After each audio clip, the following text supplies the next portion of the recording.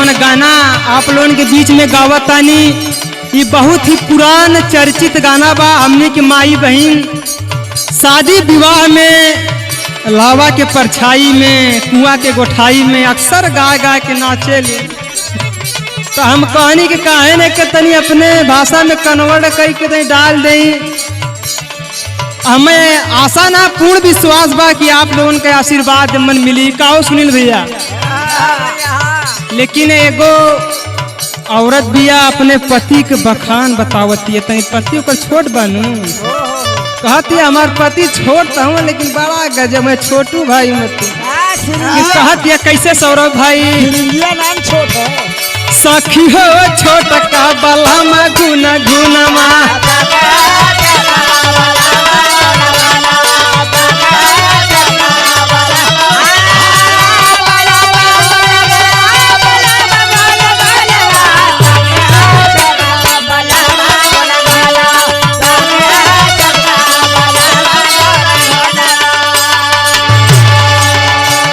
और आगे कहतिया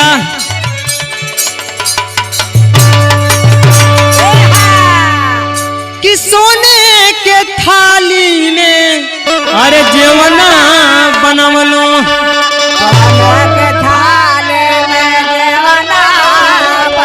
अरे जेवना न जेव मचाव धूम धुनवा जेवना न जेव मचाव धूम धुनवा सखी हो छोट का बलम गुन गुनवा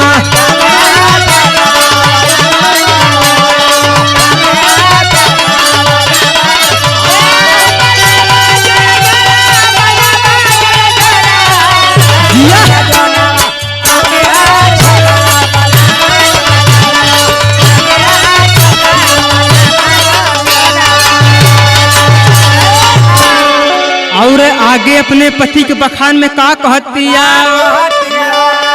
कि लोटा गिलास में अरे गेड़ुआ धरवलो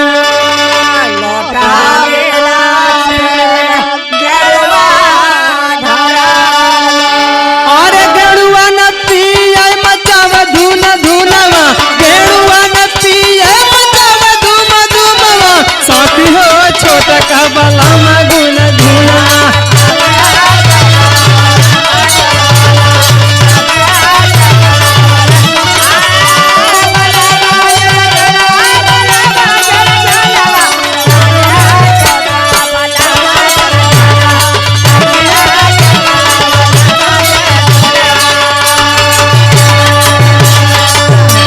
और का कहतिया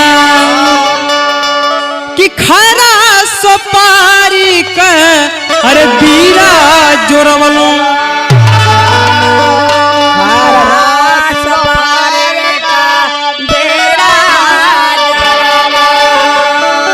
अरे बीरवा न कूचे बीरवा न कूचे मचावे मुन मुनवा साथी हो छोटा का बलमा गुन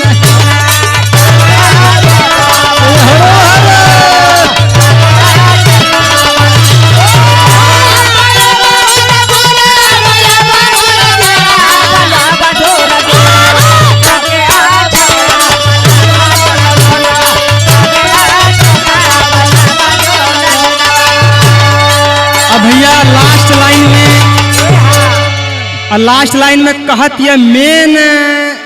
खूबी बताओ थे सुहाग रात वाली सेज के काटा होला। अरे फूला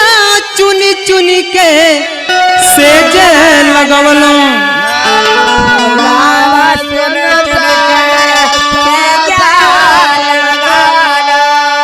कि फूला चुनी चुनी के सेज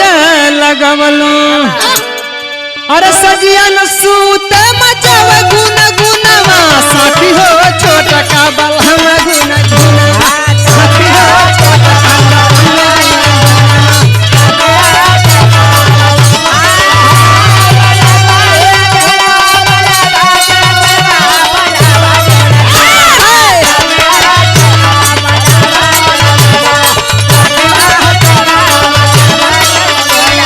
साथी हो छोटा का बलमा गुन गुनवा साथी हो छोटा का बलमा